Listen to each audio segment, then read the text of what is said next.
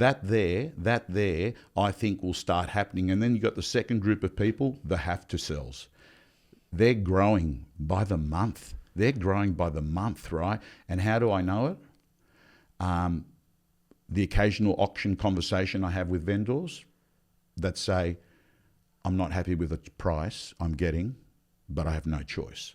Those kind of conversations are growing just the last few months. So I think those rates compounding, layered and layered, are now beginning to have an effect on sellers, and distress selling is happening. Do you think there'd be many people out there, Tommy, that haven't sold yet because they're still on the fixed rate, and they could be an investor or an occupier? They're on the fixed rate and it's quite low. It's lower than 2%. Because that fixed rate didn't start until 1 March 2020. It expired on 1 March 2023, but each person's loan expires as you drew it down. So if I could have got the money, if I got the money in 2022 or 2021, therefore I potentially could have another year to go on my fixed rate. So they're not going to be under any pressure. In fact, they're quite happy because they're probably getting, if they're an investor, they're probably getting very good rents. And then if I'm an owner occupier, I'm paying not that much in terms of mortgage payments.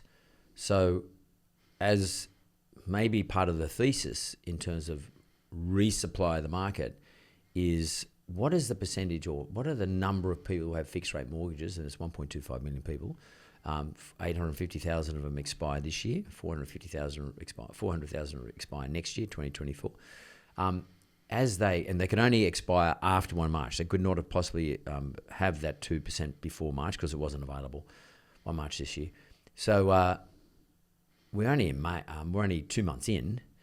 So those are just starting to expire now. But the bulk of them will happen, say, later this year, this calendar year.